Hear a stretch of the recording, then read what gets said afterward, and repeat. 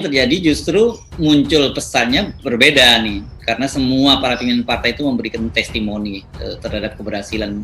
Kalau nggak keberhasilan, pujian lah bahwa apa yang dilakukan oleh Presiden Jokowi itu sudah sangat tepat. Gitu. Ini kayak testimoni yang disuruh, yang dibuatkan teksnya tuh.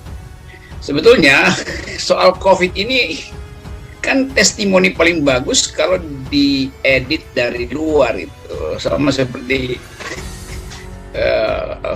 laporan keuangan itu, auditor eksternal itu yang dipercaya, bukan auditor internalnya tuh. Jadi kalau luar negeri bilang bahwa Indonesia itu tingkat kematiannya di atas rata-rata dunia, itu artinya buruk. Jadi ngapain minta testimoni dari orang yang sebetulnya hanya ingin memuji itu. Nah, saya lihat di Presiden Jokowi, dia ketagihan pujian tuh. Akibatnya partai-partai besar udah dipanggil, kasih pujian yang sama, partai kecil juga dipanggil. Ini kayak orang recehan pun dikumpulin gitu kan. Itu PSI kan segala macam itu kan partai-partai recehan gitu. Tapi karena dia ketagihan, maka dia perlu pujian tuh. Dia nggak bisa kalau nggak ada orang yang muji dia. Itu saya lihatnya begitu psikologi beliau ya. Dan itu biasa aja, orang yang ketakutan karena nggak ada pendukung lagi, dia akan cari-cari pendukung yang bahkan disewa aja. Nanti saya kira nanti ya sudah ada rencana di Istana Negara, setiap minggu itu ada buzzer yang diundang ke istana untuk memberi pujian itu. Seolah-olah dengan pujian itu baju sutra presiden dipasangkan di situ. Padahal semakin banyak orang tahu itu telanjang, karena itu dicari cara supaya memoles angka-angka itu. Sementara internasional bilang Indonesia itu buruk, ya udah. Ya, dan sebenarnya bukan hanya internasional yang menyampaikan itu. Juru bicara COVID, Satgas COVID, Wiku Adhisa Smito sendiri juga mengingatkan bahwa angka kematian di Indonesia itu masih lebih di atas rata-rata internasional. Dan kita tahu kan standarnya bahwa yang dinilai bahaya tidaknya sebuah COVID itu adalah tingkat kematiannya, bukan tingkat penularannya. Nah, yang juga menarik, Kapolri itu saya tidak tahu apakah ini sebenarnya ditujukan kepada presiden atau bukan, tapi mengingatkan jangan euforia dulu gitu, bahwa ya kita itu belum berhasil menangani COVID sebenarnya, meskipun sekarang ada angkanya menurun. Memang itu betul semua tuh. Pak Wiku yang ngerti tentang data, karena itu dia bilang kita masih tinggi. Artinya mau bilang presiden bohong, kan sebenarnya begitu kan. Kalau jujur pers kita akan bilang menurut juru bicara Satgas, presiden berbohong karena dia bilang udah bisa tertangani, padahal angkanya nggak begitu. Partai-partai juga akhirnya bertepuk tangan untuk angka yang tipu-tipuan kan. Juga demikian juga Polri mengerti apa yang terjadi di bawah, jadi dia tahu bahwa ini masih bahaya. Tapi presiden bilang udah bisa kita tangani. Jadi inilah sandiwara-sandiwara yang karena tadi ketagihan pujian ini bahayanya kan, presiden yang ketagihan pujian itu juga semacam gejala kejiwaan, bahwa kalau nggak ada tepuk tangan kayaknya tidak eksis.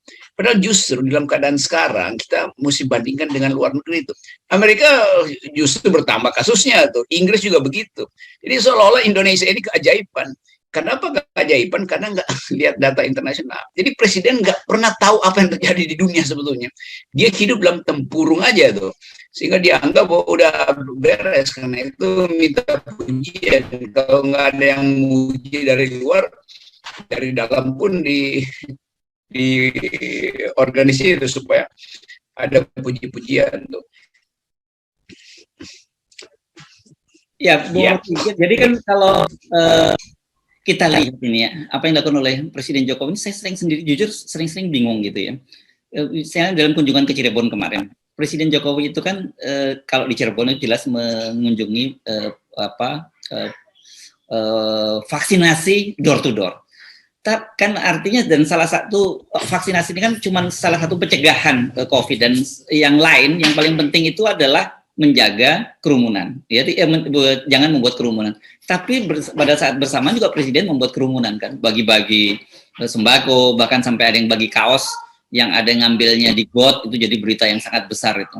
Jadi saya sering kadang-kadang bingung sebenarnya apa yang dipikirkan oleh Pak Presiden ini ya. Ini ada semacam gejala kejiwaan pada beliau. Saya terangkan aja ilmunya itu, teorinya, bahwa Orang yang ketagihan satu peristiwa yang membahagiakan dia, dia akan ulang lagi itu. Dia nggak ukur lagi impact buruk dari peristiwa itu.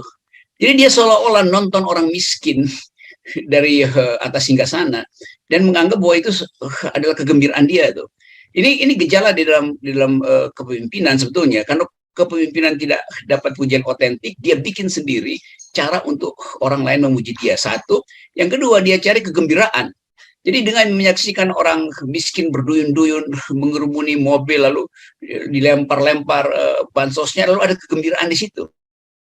Lalu dia anggap bahwa rakyat mendukung dia itu. Jadi kita mesti terangkan ini secara jujur dengan kemampuan akademis bahwa presiden terhipnosis oleh ambisinya sendiri untuk melihat bahwa dia masih memimpin gitu.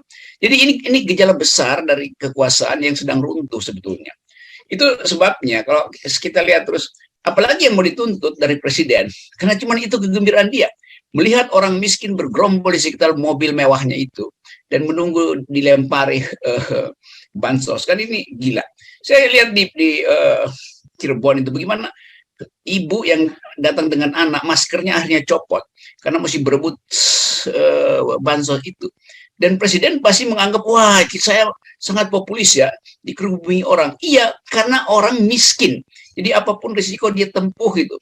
Mengapa nggak ada semacam home visiting? Dibagi-bagi langsung ke tempatnya kan.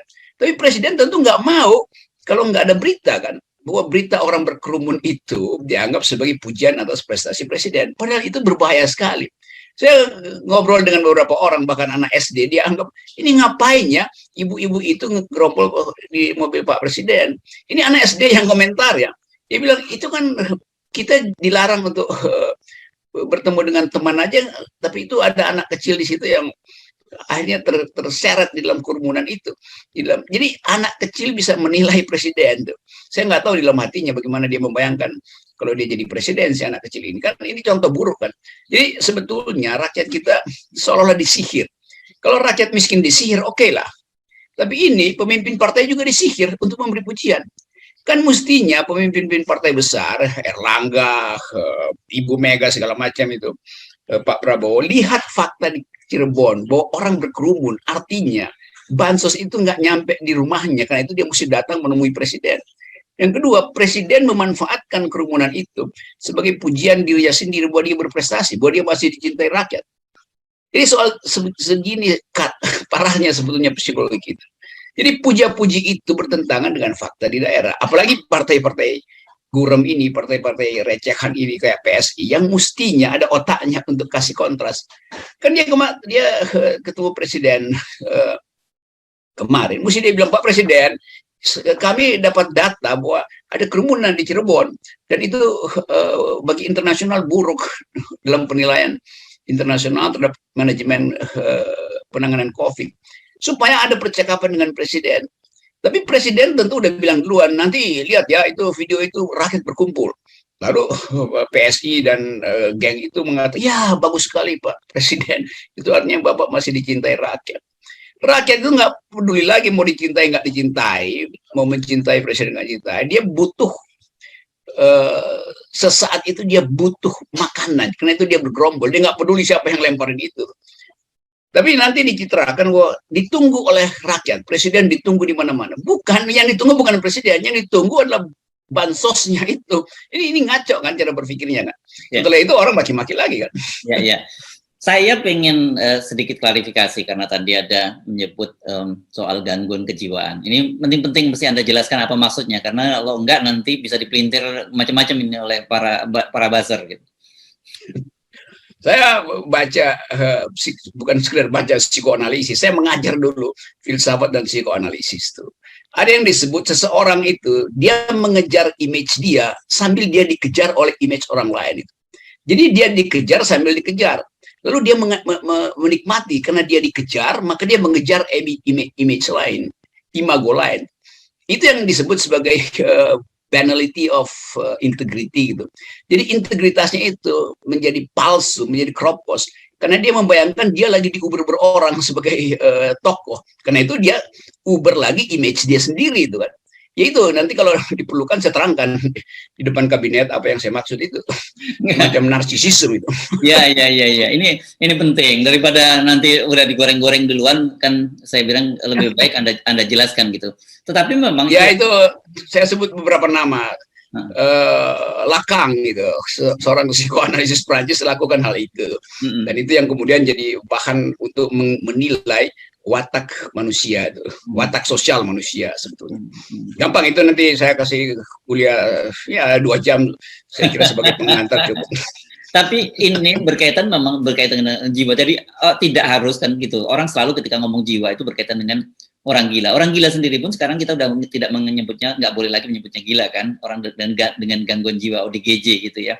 Dan ODGJ ini kan macam-macam sebenarnya jenisnya. Salah satu itu tadi ya, yang tadi ada semacam kepuasan gitu ketika melihat orang-orang berkerumun di